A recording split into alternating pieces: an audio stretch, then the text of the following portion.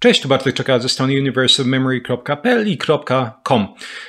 Dzisiaj czas na dosyć kontrowersyjny odcinek. W sensie wiem, że dla wielu osób, przynajmniej które pierwszy raz trafiają na kanał, wie z moich poprzednich odcinków, mimo że one są stricte informacyjne, są odbierane jako kontrowersyjne w jakiś sposób. Natomiast ten przynajmniej dla mnie na pewno jest kontrowersyjny, ponieważ będzie tyczyć się zdrowia dzieci na dietach wegańskich, również wegetariańskich, ale szczególnie wegańskich.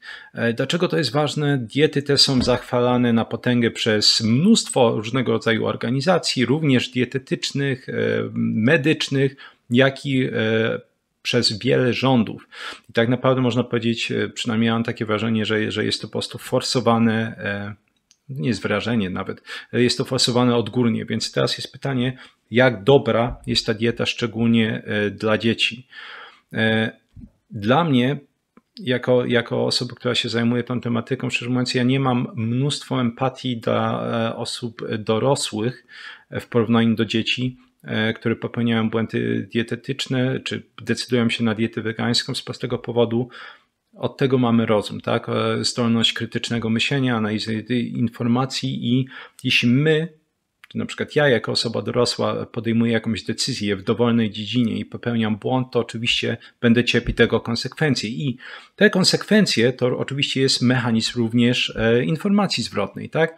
Selekcji nawet naturalnej. Tym samym jakby te informacje zwrotne, które my dostajemy na podstawie naszych decyzji, często powinna skierować w drugą stronę. Natomiast dzieci są pozbawione takiego mechanizmu w bardzo prosty sposób, ponieważ jeśli rodzice odgórnie będą dyktować dzieciom diety wegańskie czy wegetariańskie, to te dzieci tak naprawdę, ponieważ kochają swoich rodziców, będą łykać cokolwiek, co rodzice im mówią. Tak więc można powiedzieć, są właściwie pozbawione możliwości wyboru.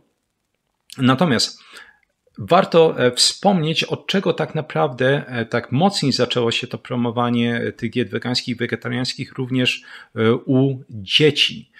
I wszystko tak naprawdę sięga roku 2009, trochę jak reakcja historii, natomiast w roku 2009 amerykańskie stowarzyszenie dietetyczne American Dietary Association wypuściło następujące stanowisko.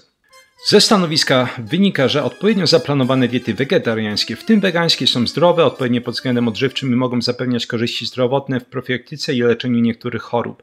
Diety te są odpowiednie dla wszystkich etapów cyklu życia, w tym ciąży, laktacji, niemowlęctwa, dzieciństwa, dojrzewania starszego wieku oraz dla sportowców. Diety roślinne są bardziej przyjazne dla środowiska niż diety bogate w produkty pochodzenia zwierzęcego, ponieważ wykorzystują mniej zasobów naturalnych i wiążą się z dużo mniejszymi szkodami dla środowiska. Więc dlaczego ja mam kłopot z tym stanowiskiem? Po pierwsze, wiele osób zauważyłem, jak jeszcze miałem lata temu czas śledzić jakieś tam być o te środowiska dietetyczne, ponieważ od dawna już tego nie robię, po prostu sobie siedzę i dłubię badania, to zauważyłem, że to stanowisko przedstawiano jako badanie naukowe. Jeśli ktoś nie, więc to jest pierwszy kłopot, to nie ma nic wspólnego z badaniem naukowym, to jest stanowisko, czyli właściwie absolutnie najniższa pozycja w hierarchii badań naukowych. Jeśli nie miałeś nigdy do czynienia z analizą badań, nie wiesz po prostu, czym jest hierarchia badań naukowych, w opisie będzie link do artykułu na mojej polskiej stronie, gdzie opisuję, czym jest hierarchia badań naukowych i jakie badania są, że tak powiem, ważniejsze niż inne badania. Stanowisko jest tak naprawdę na samym dole i bym powiedział, jest absolutnie nieważne. Praktycznie w 99% przypadków. Czemu? Ponieważ stanowisko to jest, upraszczając, kolokwialnie, spotyka się grupa paru osób, czym one mogą być z jakiejś organizacji dietetycznej czy innej organizacji, mogą to być równie dobrze osoby z jednej uczelni, oni się skrzykują i mówią, hej, to jest nasze stanowisko i uważamy na przykład, że jedzenie betonu jest zdrowe dla nerek. Czemu? I tutaj jest uzasadnienie. I to jest po prostu opinia. Stanowisko, jeśli mielibyśmy to spłycić, to jest po prostu opinia danej grupy osób, czy opinia, która jest stosowana w imieniu danej organizacji, tak jak tu mamy do czynienia. Więc traktowanie tego jako badanie naukowe jest nieporozumieniem. Osobną sprawą jest, że trzeba oczywiście dostarczyć dowodów naukowych. To stanowisko nie dostarczyło żadnych dobrych dowodów naukowych, ale to jest osobna kwestia. 2. Nazwijcie mnie pesymistą, ale uważam, że osoby, które mają wyznają jakąś ideologię, nie są w stanie być obiektywne. Jakby te filtry emocjonalne, różnego rodzaju ideologiczne, religijne, które my stosujemy, często są w stanie jakby uniemożliwić nam widzenie obiektywnie całego obrazu. No i tak się składa, że tak naprawdę większość osób, które również tworzyło to stanowisko, zasiada w tym towarzystwie, pochodzi z kościołu zielonoświątkowców. Religijnie, ideologicznie są to osoby, które po prostu są zdecydowanie przeciwko jedzeniu mięsa w diecie. Jeszcze raz, nie znaczy, że nie uniemożliwia to w pełni obiektywizmu, ale bym powiedział, zdecydowanie go utrudnia. 3. O tym będę mówić w osobnym filmiku. Stowarzyszenie to, i to wyszło na jaw pod koniec zeszłego roku, dostało miliony dolarów łapówek od olbrzymich koncernów spożywczych za stosowanie konkretnych czy rekomendowanie konkretnych produktów, które nawet inne organizacje dietetyczne przychylne dietom wegańskim krytykowały. To jest, że tak powiem, taki przezabawny akcent, opisanie tych łapówek tam i co ta organizacja stosowała, że na pewno jeszcze będę o tym mówić. Natomiast te 3 punkty to jest moje główne problemy z tym stanowiskiem. No, oczywiście też mamy inne rzeczy, że trzeba pamiętać, że nie ma zdecydowanie, nigdy nie było mocnej opozycji przeciwko z wielu powodów takim dietom, szczególnie diety wegańskie. Oczywiście są jakieś akcenty, na przykład we Włoszech w 2017 próbowano prawnie zakazać diet wegańskich, czy karmienia dzieci dietami wegańskimi. W Belgii do tej pory chyba jest nakaz, że dzieci na dietach wegańskich powinny być częściej kontrolowane, żeby sprawdzać, czy nie występują niedobory żywieniowe. I w 2019 w Niemczech było również ustalenie, że dzieci, które nie są w stanie samodzielnie podejmować decyzji dietetycznych, powinny dostawać mięso. Natomiast nie wiem, jak prawnie ustalono, co to znaczy, że same nie są w stanie podejmować decyzji, czy jest to jakiś wiek. Tego nie pamiętam. Pamiętam, że był, że tak powiem, taki akcent prawny, jeśli chodzi o Niemcy. Ja omówię w tym odcinku badanie z 2021 roku, natomiast zanim przejdę do tego, że je omówię, czy do jego omówienia, warto wspomnieć, dlaczego ja omówię. Często oczywiście przytaczanie jednego badania może być przejawem tego cherry picking, wybieranie wisienek, czyli wybieranie badań, które po prostu pasują pod tezę przedstawianą przed daną osobę. Od razu mogę uprzedzić, nie mamy do czynienia z tym w tym przypadku. Wybieram to badanie, ponieważ po pierwsze nie ma zbyt dużo badań, które pokazują czy badają zdrowie dzieci na dietach wegańskich, wegetariańskich, natomiast większość z nich jest po prostu koszmarnie słabej jakości i to są badania epidemiologiczne, czyli często po prostu daje się takim rodzinom kwestionariusze żywieniowe, które badają, czy na przykład spożywały one odpowiednią ilość wapnia w diecie, tak? Po prostu bada się na podstawie tego, co tam się wpisze do tego kwestionariusza, ile zjadły tego i tamtego i wlicza się, czy porównując to spożycie wapnia do dziennego rekomendowanego spożycia danego składnika odżywczego, w tym przypadku oczywiście wapnia, jest na odpowiednim poziomie. Bzdura, no oczywiście, jak większość badań epidemiologicznych, jest to bzdura i nie jest w stanie ustalić praktycznie niczego. Drugi kłopot z takimi badaniami jest, że nie ma grupy kontrolnej. Warto zawsze mieć grupę kontrolną, bo bez grupy kontrolnej, jeśli nawet wprowadzamy jakiś protokół, czy dana osoba jest na jakimś protokole, czy terapeutycznym, czy dietetycznym, to ciężko powiedzieć na zasadzie, jak to wypada tak, ale w porównaniu do czego, tak? Czyli bez tej grupy kontrolnej ciężko jest powiedzieć, jak rzeczywiście radzi sobie z danymi zmiennymi, czy jeśli chodzi o badane zmienne dana grupa. I właśnie dlatego będziemy mieć tutaj do czynienia z tym badaniem z 2021, bo mamy tam grupę kontrolną, która jest niezmiernie ważna. Pomijam, że oczywiście, że są takie rzeczy jak, że kwestionariusze żywieniowe, to jest na obronę diet wegańskich, są w ogóle niedostosowane do diet wegańskich. Najczęściej przez te tradycyjne kwestionariusze żywieniowe będą miały około 200 produktów, które nie obejmują wiele produktów, które są spożywane na dietach wegańskich. Natomiast to badanie jest fascynujące, bo będą tam dzieci w grupie na diecie wegańskiej, wegetariańskiej i jako grupa kontrolna dzieci na diecie wszystkożernej, tak zwanej. Natomiast to jest pierwsze badanie tego typu z polskim akcentem, bo jest tam paru polskich badaczy, które bada konkretne rzeczy. Robiono badania krwi, w którym robiono badanie lipidogramu, m.in. trójglicerydy, HDL, VLDL czy VLDL, HDL. Badano żelazo, badano poziom ferytyny, badano poziom witaminy D, badano poziom witaminy B12, a uwaga, robiono też badania antropometryczne, czyli badania porównawcze różnego rodzaju części ciała. Przede wszystkim chodzi tutaj o wzrost. Robiono pomiar tkanki tłuszczowej, robiono pomiar gęstości kośćca. Używano tak naprawdę paru różnorodnych badań, żeby wszystkie te zmiany mierzyć. Na przykład badanie rozcieńczenia deuteru, żeby mierzyć tkankę tłuszczową. Również pomiar fałd skórno-mięśniowych, mięśni nadbrzusza, mięśnia trójgłowego. To są też fajne miejsca, żeby mierzyć pomiar tkanki tłuszczowej. Robiono ultrasonografię odcinka szyjnego, żeby mierzyć gęstość kośćca. Tam robiono tak zwany Z-score biodra, czyli badanie mierzące gęstość kośćca na biodrach. Jedno z takich klasycznych miejsc, jak się robi densytometrię, również u osób dorosłych. Co jeszcze robiono? Badanie DEXA, czyli absorpcjometrię rentgenowską, żeby mierzyć gęstość kośćca, więc całego rodzaju mnóstwo badań, które rzeczywiście coś mierzyły i będą nam pokazywały, jakie jest potencjalnie zdrowie takich dzieci, przynajmniej w tym badaniu. Przejdźmy bezpośrednio do badania. Co tam się ciekawego działa? Jeśli chodzi o próbkę badawczą, a więc ilość dzieci, które wzięły udział w badaniu, mieliśmy do czynienia prawie z 200 dzieci. 63 z tych dzieci były na diecie wegetariańskiej, 52 osoby były na diecie wegańskiej i 72 osoby były na diecie wszystkożernej. Jakie parametry badano? Badano wzrost, tak jak wspominałem, i większość z tych informacji, które będę podawać, one są w porównaniu do grupy kontrolnej, a więc do dzieci wszystkożernych. Więc jeśli chodzi o dzieci na diecie wegetariańskiej, to średnio były niższe od dzieci na diecie wszystkożernej o 1,9 cm. Dzieci na diecie wegańskiej były 3,15 cm średnio niższe niż dzieci na diecie wszystkożernej.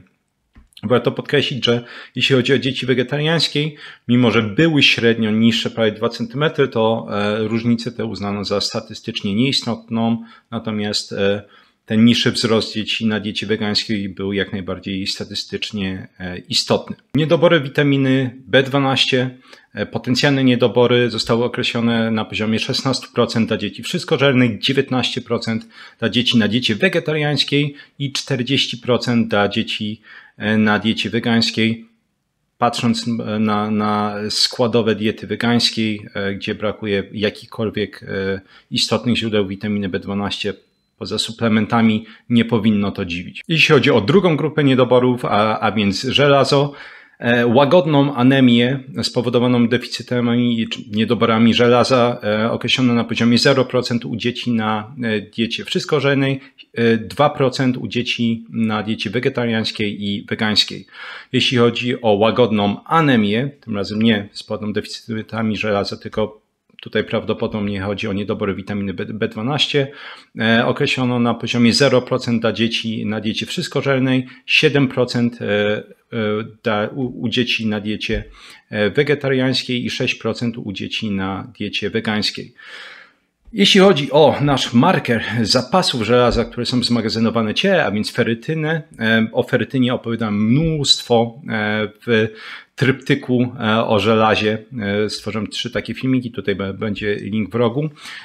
Więc ten nasz marker zapasów żelaza, ferytyna, w tym badaniu był oznaczany jako zbyt niski, znaczy zapasy żelaza były właściwie na wyczerpaniu i wynosił mniej niż 15 mikrogramów na litr i on wynosił 12%, ten wskaźnik obniżonej ferytyny u dzieci na diecie wszystkożernej, 18% u dzieci na diecie wegetariańskiej i 30% u dzieci na diecie wegańskiej. Poziom witaminy D u dzieci wszystkożernych wynosił 27 nanogramów na mililitr, 21 nanogramów na mililitr to był wynik osób na diecie wegetariańskiej i 17 to był wynik osób czy dzieci na diecie wegańskiej. Jeśli ktoś nie pamięta, to warto przypomnieć, że ogólnie za wynik poprawny, czyli za wystarczające stężenie witaminy D uznaje się wynik powyżej 30, więc wszystkie dzieci miały niedostateczny poziom witaminy D, natomiast co szokujące, to sobie wytłumaczymy, dlaczego dzieci na diecie wegańskiej miały najniższy wynik.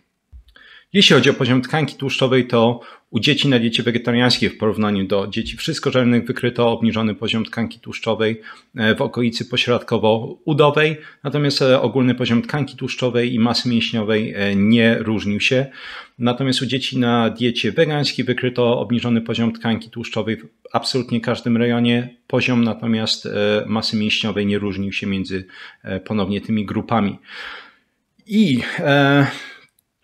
Wiem, że wiele osób i zauważyłem, że nawet badacze byli, wydaje mi się, podekscytowani tym, że te dzieci miały niższy poziom tkanki tłuszczowej, więc robimy sobie takie odświeżenie podstawowej fizjologii człowieka. Tkanka tłuszczowa jest jednym z głównych, można powiedzieć, czynników, który będzie odpowiadać za produkcję hormonów. Znaczy, jeśli tkanka tłuszczowa będzie na zbyt niskim poziomie, to przestajemy produkować hormony na optymalnym poziomie. Jeśli chodzi o takie najprostsze przykłady, w mojej kochanej kulturystyce to widać non-stop. W sensie osoby, które trenują kulturystykę naturalnie i idą na zawody i schodzą z tkanką tłuszczową do poziomu na przykład 8, 7%, 6%, generalnie poziom testosteronu praktycznie nie istnieje przy takim poziomie tkanki tłuszczowej. Oczywiście to samo dzieje się u pań.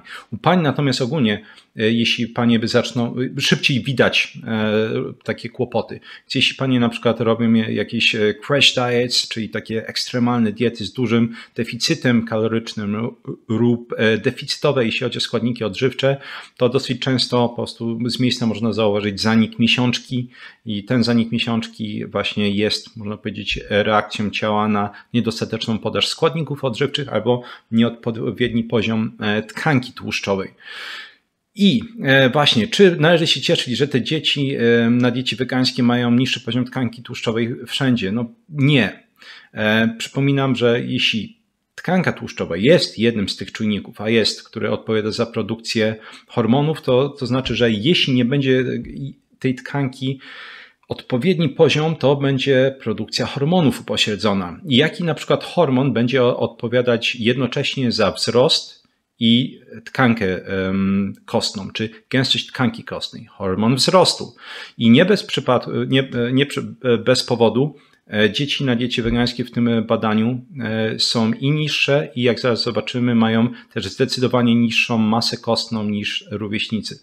Niestety nie badano poziomu hormonu wzrostu, natomiast można, wydaje mi się, z dużym prawdopodobieństwem podejrzewać, że to jest jeden z powodów, dla których te dzieci cierpią na te kłopoty w porównaniu do dzieci na diecie wszystkożernej. Absolutnie najbardziej przerażającą częścią tego badania jest natomiast stężenie składników mineralnych, czyli tak naprawdę można powiedzieć gęstość kośćca u dzieci na diecie wegetariańskiej i szczególnie na diecie wegańskiej. Więc w porównaniu do dzieci na diecie wszystkożernej, dzieci na diecie wegańskiej miały 7,3% niższe stężenie składników mineralnych w kościach, gęstość kośćca i dzieci na diecie wegańskiej miały 15,2% niższą gęstość kośćca. I mimo że ewidentnie ci naukowcy są mocno, tak czytając te badania, nastawieni pozytywnie do tej diety wegańskiej, to na to oni stwierdzili, że to jest pierwsze badanie tego typu, w którym wykazano coś takiego i jest to niepokojące. Dlatego też omawiam to badanie, bo to jest pierwsze badanie, które to pokazało, bo żadne inne badanie niczego tak naprawdę nie mierzyło bezpośrednio. Dlatego to badanie jest takie ważne i też, że tak powiem, przekazanie tych informacji dalej. I mówimy o dzieciach w wieku, jeszcze raz podkreślę, 5 do 10 lat, tak?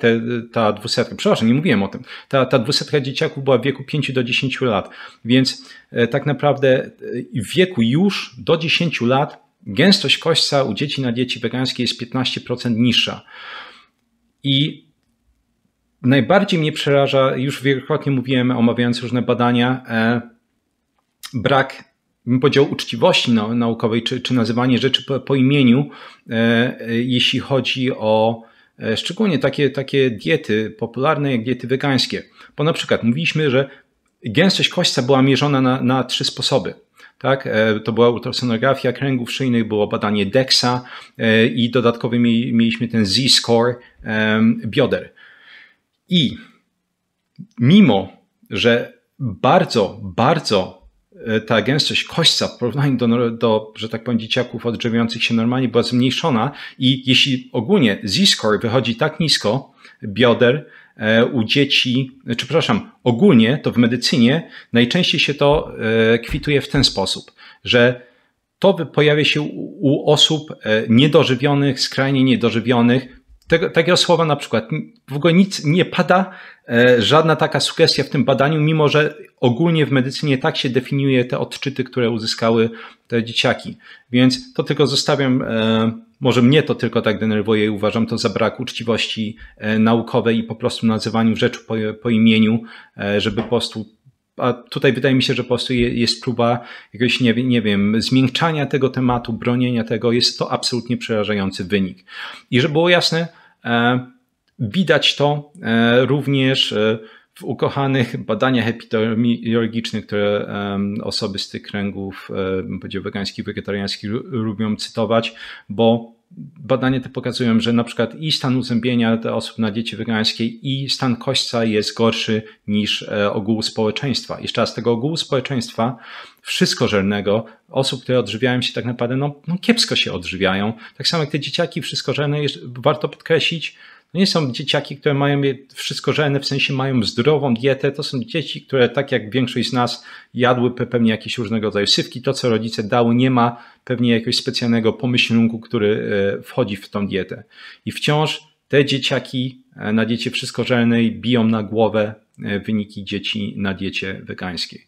Mam nadzieję, że niektórym da to coś do myślenia. Jeśli chodzi o lipidogram, to dzieci na diecie wegetariańskiej w porównaniu do dzieci wszystkożernych miały niższy całkowity cholesterol, niższy poziom lipoproteiny HDL.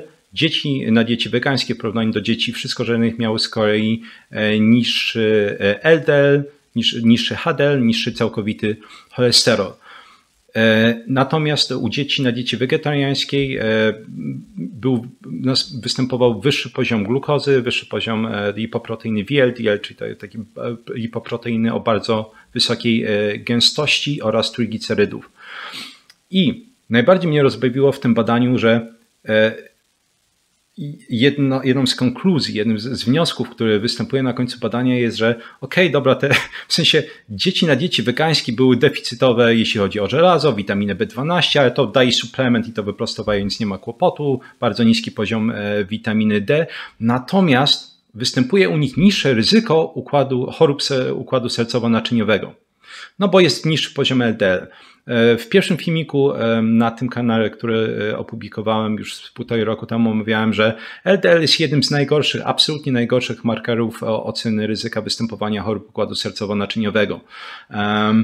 I nie powinno się nim kierować. Jest wiele markerów, które opublikowano choćby w przeciągu ostatnich 10 lat, jak choćby stosunek triglicerydów do HDL, cholesterol resztkowy, stosunek apolipoproteiny B do apolipoproteiny A. Jest tego dużo i to są znacznie lepsze markery niż LDL, ale natomiast tutaj występowanie niższego poziomu LDL u tych dzieci było traktowane jako sukces. Niestety nie poruszono w tym badaniu tego, że nie jest to specjalnie sukces, bo jeśli te dzieci mają niższy poziom LDL i chodzi zarówno o dzieci na diecie wegetariańskiej, ale szczególnie wegańskiej, jeśli te dzieci mają niski poziom całkowitego cholesterolu, lipoproteiny LDL i lipoproteiny HDL i jednocześnie, trzeba pamiętać, niższy poziom witaminy D niż dzieci wszystkożerne, to jest to wszystko powiązane z niskim poziomem cholesterolu. Pewnie organizm sam syntezuje cholesterol, jak najbardziej jest to prawdziwe, natomiast u dzieciaków wiele takich mechanizmów produkcji tych endogennych, czyli wewnętrznie produkowanych substancji, no nie jest jeszcze na fantastycznym poziomie.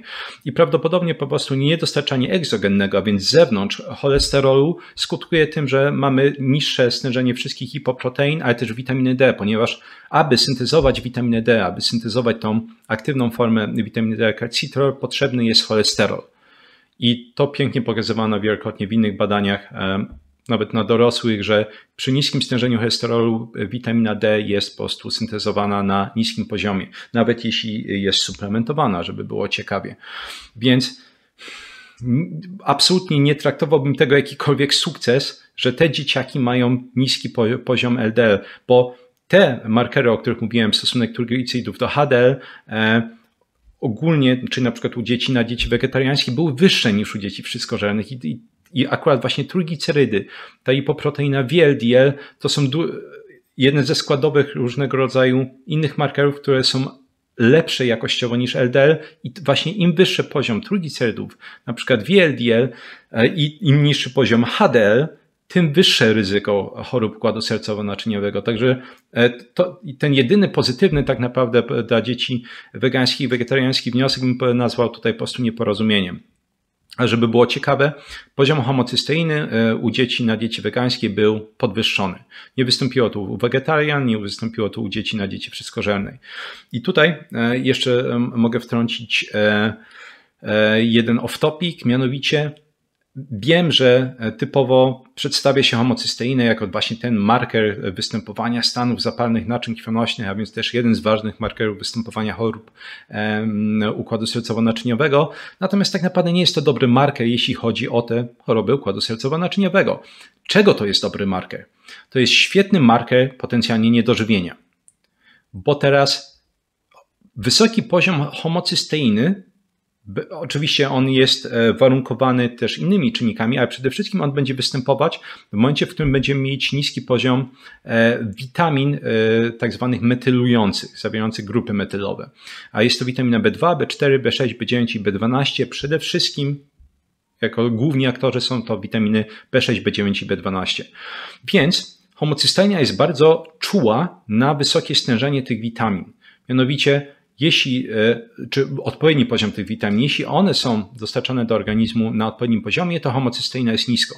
Więc ten wynik homocysteiny nawet bym tutaj absolutnie nie traktował u dzieci na tej diecie wegańskiej jako coś negatywnego pod kątem występowania chorób układu sercowo-naczyniowego, natomiast bym traktował to jako dobry marker tego, że te dzieci są niedożywione.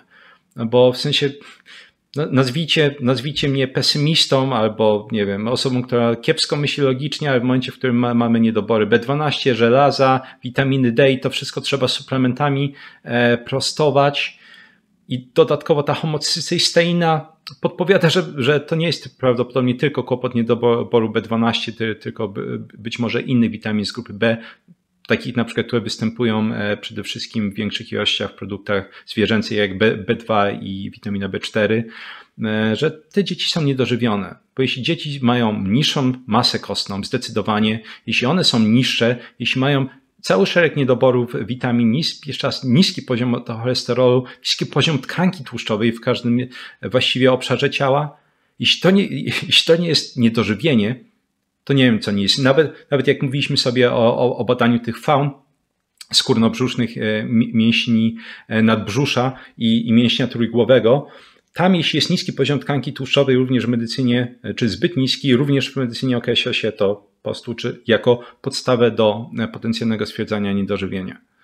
Czyli mam nie tylko właśnie wynik tego Z-score biodra, ale też niski poziom tkanki tłuszczowej, wszystkie inne markery, które sobie omawialiśmy. I chyba tym pozytywnym akcentem można zakończyć ten filmik. Mnie osobiście, ja zawsze otwarcie mówię, mnie ta dieta przeraża, uważam to za paskudnie, koszmarnie głupią dietę. Chyba że krótkofalowo jest to naprawdę fajne narzędzie, dzięki któremu można osiągnąć różnego rodzaju cele. Nawet jak to niektórzy mówią detoks, jest to dobry dla organizmu. Długofalowo jest to absolutnie idiotyczna dieta. I jeszcze raz, nie mam żadnych kłopotów jeśli chodzi o osoby, które chcą stosować, dorosłe osoby, które chcą stosować tą dietę. Na przykład czasami osoby gdzieś tam piszą w komentarze, że jestem na diecie wegetariańskiej, wegańskiej i jestem zdrowy i zawsze odpisuję super, gratulacje. No czemu ja mam komuś życzyć, żeby nie był zdrowy?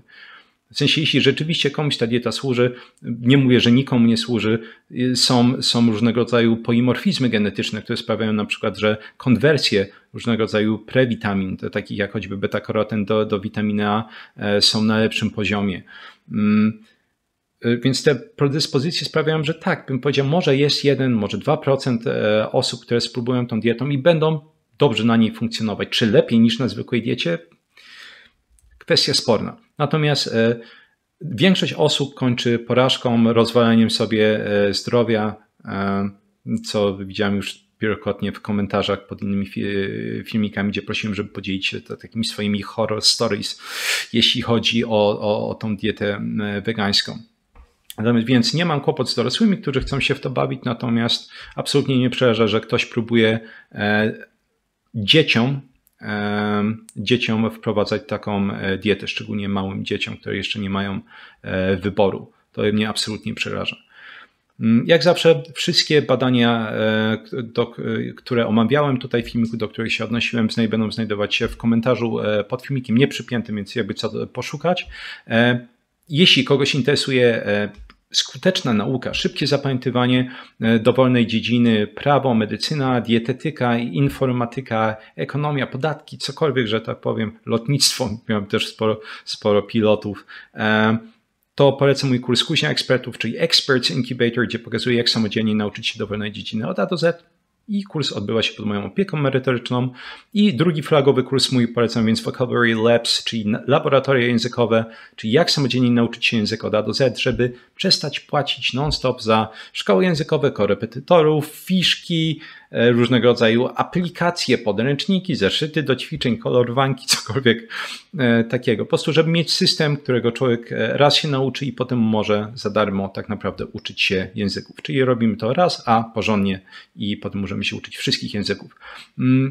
Jeśli kogoś interesują właśnie takie zagadnienia jak pamięć, języki, analiza badań, zapraszam do zapisania się do mojego newsletteru. Link znajduje się w opisie na polskiej stronie, gdzie właśnie w formie cyfrowej publikuję artykuły na takie tematy. Kanał jest bardziej dla medycyny, dietetyki, natomiast tam jest więcej o pamięci i językach na pewno. Jak zawsze 3 piosenki rockowe w pierwszym komentarzu przypiętym pod filmikiem, żeby mnie spędzić czas również po wysłuchaniu odcinka. Stwierdziłem, że ponieważ mówimy o dzieciach, więc motywem przewodnim będą dzieci w piosenkach, czyli dzieci występujące w tytule piosenki, żeby było ciekawiej. I na koniec, jeśli podoba Ci się praca, którą tu lubię też, ale robię na kanale i chciałbyś wesprzeć kanał, to polecam do zostanie patronem kanału. Dla patronów dostępne są w formie fiszek wszystkie informacje, które zawsze omawiam w każdym filmiku, czyli do tego filmiku i paru 10 ostatnich. Można je sobie po prostu wejść w odpowiednim sekcie, ściągnąć te fiszki i zacząć przyswajać te informacje. Szczególnie jeśli ktoś, że tak powiem, jest dietetykiem czy interesuje się takimi tematami. I również jest tam dostępne forum, jeśli ktoś chciałby mi zadać jakieś pytania, bo niestety im większy jest kanał, tym mniej czasu jest, żeby odpowiadać wszystkim osobom na pytania znajdujące się w komentarzach. No i oczywiście pytania. Jeśli ktoś ma jakieś pytania, wątpliwości, chciałby się podzielić jakimiś swoimi odczuciami w sekcji komentarzów, to zapraszam i zawsze postaram się w miarę możliwości odpowiedzieć. Dzięki piękne za wysłuchanie odcinka i do usłyszenia w następnym.